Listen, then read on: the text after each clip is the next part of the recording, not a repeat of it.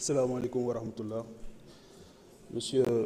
le Premier ministre, les membres du gouvernement, chers collègues, askanu Sénégal maa ngi leen di nuyu bu baax di leen massawu coono di wax ne boo déggee le ministre des Finances, le ministre de l'économie ak le Premier ministre di wax da ngay constater déconnexion bi am maanaam ñàkk a yëg gi ñu ñàkk a yëg li nga xamante ni moom la askanu Sénégal di dund jamono yii ñi nga xamante ni ñoo fi nekk di tàccu ak ñi nga xamante ni ñoo nekk ci direction yi ak ñi nekk ci xëy na PCA yeeg yëpp ba ci ñenn ñi toog sax nekk membre du gouvernement ndaw ñi dañ leen a wutal xëy ba pare te amuñu xëy te tey difficulté majeure bi ñu am mooy sénégalais yi attanatuñu dund gi nga xamante ni ñoo teg nañ leen ko. Le coût de la vie est excessivement cher. Le 10 novembre passé, le Premier ministre dafa wax ne fan yu néew dinañ wàññi li nga xamante ni moom mooy ci wàllu électricité beeg yooyu énergie bi fan yu néew un gouvernement sérieux du waxe noonu moo tax ma bëgg ko laaj fan yu néew moom mooy lan ci gouvernement boo xamante ni qui travaille sérieusement la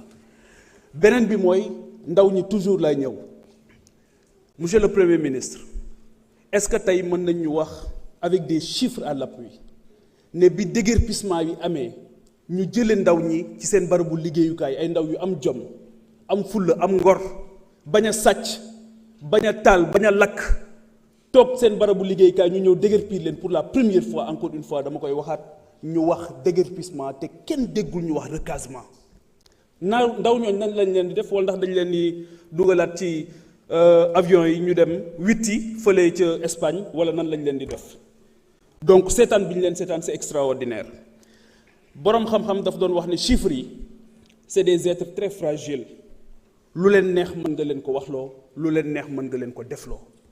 chiffres yi ngeen di wax fii yépp tey par rapport à la réalité beneen affaire la réalité mooy aujourd'hui li ngeen di wax fii tey ba moo tax bi ngeen jëlee kàddu ba tey lu ci ëpp ci tubaab ngeen ko wax parce que ñi nekk ci napp gi kenn waxu leen woon loolu ñi nekk ci mbay bi kenn waxu leen woon loolu ñi nekk ci càmm gi kenn waxu leen woon loolu étudiants yi université yépp fi mu ne nii moo ngi boy te kenn déggu leen ci yëyu leen ci yàbbiwu leen ci ce qui est inadmissible qu'est-ce qui se passe seen cuune gouvernement bi jàpp naa ne dafa atteindre son seuil de compétence seen cuune xamoon nañ ko waaye seen ñàkk yërmande moom a bett indifférence monsieur le Premier ministre ndax yëg nga ne à titre d'exemple lu ëpp juróom-ñaar fukki fan 70 jours 143 personnes téeméeri nit ak ñeent fukk ak ñett ci hôtel Radisson bu Diamniadio ñoo ngi tëdd ci hall hôtel bi ñaari soxna yoo xamante ni loolu rek mooy seen moyen de lutte ndax turki yi teg nañ leen lu métti ñaari soxna ñàkk nañ ci seen ëmb kenn faatu na ci ba tey kenn déggul gouvernement bi yëy ci yàbbi ci boo demee fële nga xamante ni moom mooy ndaw yi nga xamante ni ñoo nekkoon di liggéey ci base française militaire yi bi base yi demee ñu ne dinañ leen reverser ci administration am accompagnement bu ñu leen defal ñu seetaan leen noonu la amee tey jii dans tous les secteurs parapublic comme parapublic ay ñoo xamante ni ñàkk nañ seen liggéey waaw loolu ngeen ne da ngeen ciy sëgg seen bët du ngeen ci wax du ngeen ci yàbbi ñëw ñu defal leen dictée préparée ngeen di ñëw di laajte loo xamante ni liñ bëgg a dégg ku aj du bëgg ku teen fi mu ne nii da ngeen aj bëggu leen ku teen dëkk bi yëpp ay morceaux yu xonq la te bëggu leen koo gis ñun nag suñu responsabilité mooy dinañ ñëw wax leen ko ma bëggoon a laaj wax ngeen fi léegi bor bi man jàpp naa ne du njàmbaar ci yéen ngeen nekk di ñu bëgg a rey ak bor bi yéen a wax ne solution am na bi ngeen di ñëw jàngat ngeen jafe-jafe yépp ba xam li xew waaw du ngeen takk seen ndigg yi laxasaayu dem liggéey te ngeen may ñu jàmm ak bor bi rapport Mazars bi lan moo tax publier wu leen ko ba tey bañ pour ñu xam li ci xew beneen bi mooy yéen a ngi wax bor bi ndax rapport Mazars bi li tax ñu war ko publier mooy LFI 2026 dafa prévoir un remboursement d'une dette à hauteur de 516 milliards mais rapport bi génne leen ko bu fekkee ne da ngeen a bëgg lépp leer kon absence de transparence boobu tamit dafa doy waar depuis juin 2024 aucune publication des bulletins statistiques trimestriels sur la dette loolu tamit lan moo ko waral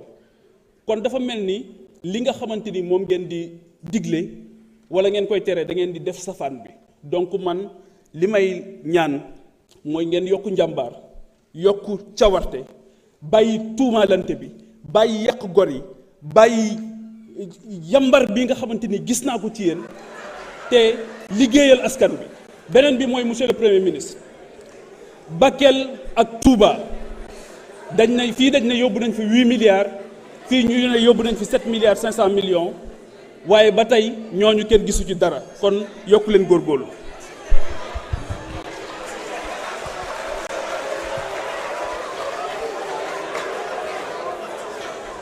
Non. Cher public, s'il vous plaît. Cher public. Dama bëggoon rek rappeler à l'attention du public que conformément aux dispositions de l'article 63 du règlement intérieur, toute personne qui manifeste bruyamment son approbation ou sa désapprobation est sur le champ expulsée par les agents chargés du maintien de l'ordre. Il est interdit de mettre en service les téléphones portables. bëgguñu yegg foofu kon nañu muñalante rek ngir askan wi mën cee jariñu bu baax a baax. Ibrahima Mbodj mën nga ñëw jël kàddu. Serigne Cheikh Thioro Mbacké mën nga waajal.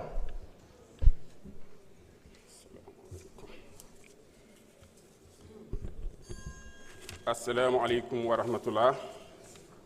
Merci monsieur le président. Gannaaw bi ñu sante yàlla julli ci yonente bi sallallahu alayhi wa sallam ñu ngi nuyu ñëpp di nuyu monsieur le premier ministre di nuyu les membres du gouvernement di nuyu chers collègues honorables députés. Monsieur le premier ministre, Sénégal amul sa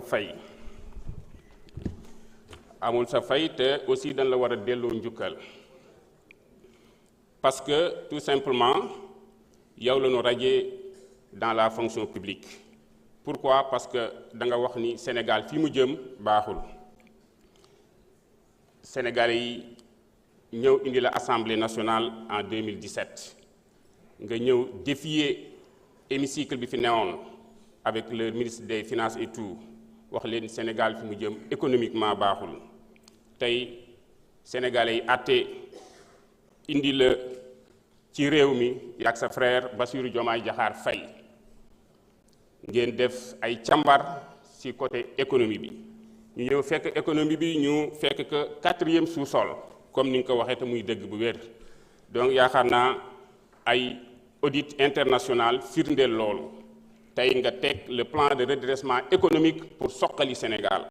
kon wax dëgg yàlla monsieur le premier ministre amuñu sa fay te la jeunesse sénégalaise également amuñu sa fay. nga ñëw également teg politique de souveraineté alimentaire woote le ministère de l'agriculture, de la souveraineté alimentaire et de l'élevage pour ñu mën a moom suñu bopp ci wàllu mbay te loolu yàlla commencé na ko indi. Tey monsieur le premier ministre bu nu waxee selon les chiffres rendus publics par le ministère de l'agriculture, de la souveraineté alimentaire et de l'élevage pour cette campagne 2025, notre agriculture a enregistré des résultats historiques. La production nationale d'arachide dépasse 960 000 tonnes, tandis que la production rizicole a atteint 998 000 tonnes. Ces performances majeures sont la traduction concrète de vos efforts publics, de la stratégie de souveraineté alimentaire et de l'engagement de votre gouvernement en faveur des producteurs. Dans ce contexte de surproduction nationale fertile et prometteuse se pose avec acuité la question de la commercialisation, de l'écoulement et de valorisation de cette production pour garantir que ces résultats profitent réellement aux producteurs, à l'État et au peuple sénégalais. Monsieur le Premier ministre, je vais poser 3 questions. Premièrement,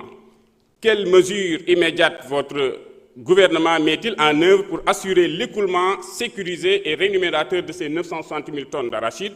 et de ces près de 998 000 tonnes de riz? Parce que,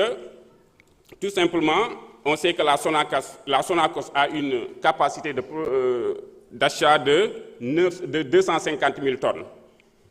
Et hormis ce qui sera utilisé au niveau des semences, donc il reste presque plus de la moitié de la production agricole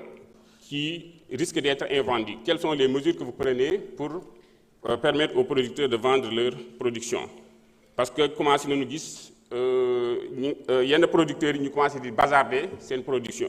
Donc quelles sont les mesures que vous allez prendre par rapport à ça? Pour la riziculture également, on a vu dans la vallée près de 50 000 tonnes de riz qui est en souffrance. Deuxième question, comment garantissez-vous que cette production nationale sera valorisée localement en privilégiant la transformation, la consommation intérieure ou l'exportation dans de bonnes conditions plutôt qu'une perte ou un affaiblissement du revenu agricole? C'est la deuxième question. Troisièmement, enfin, dans un contexte de pression économique, de contraintes budgétaires, comment conciliez-vous ces ambitions de souveraineté alimentaire avec la stabilité des prix sur le marché national et la protection du pouvoir d'achat des consommateurs? Monsieur le Premier ministre, je pense que dañ doon woote souveraineté alimentaire yàlla may ñu surproduction agricole ba tey si tey problème commercialisation la ñu am kon jàpp na ni il va falloir interroger la régularisation des marchés pour que importation yi ñu mën ko wàññi kon loolu jàpp naa ni yokkute la si Sénégal kon monsieur le Premier ministre, la jeunesse sénégalaise reste engagée derrière vous et c'est pertinemment que, Inch'Allah, l'avenir sera meilleur. Donc on vous remercie infiniment. Merci beaucoup. jërëjëf on bëggoon fàttali rek ne question d'actualité au gouvernement benn question la war a nekk mais dafa mel ni gars yi dañuy ñambaasaale bu baax a baax ñu bàyyi ci xel. Honorable Cheikh Thioro Mbacké mën nga ñëw jël kàddu.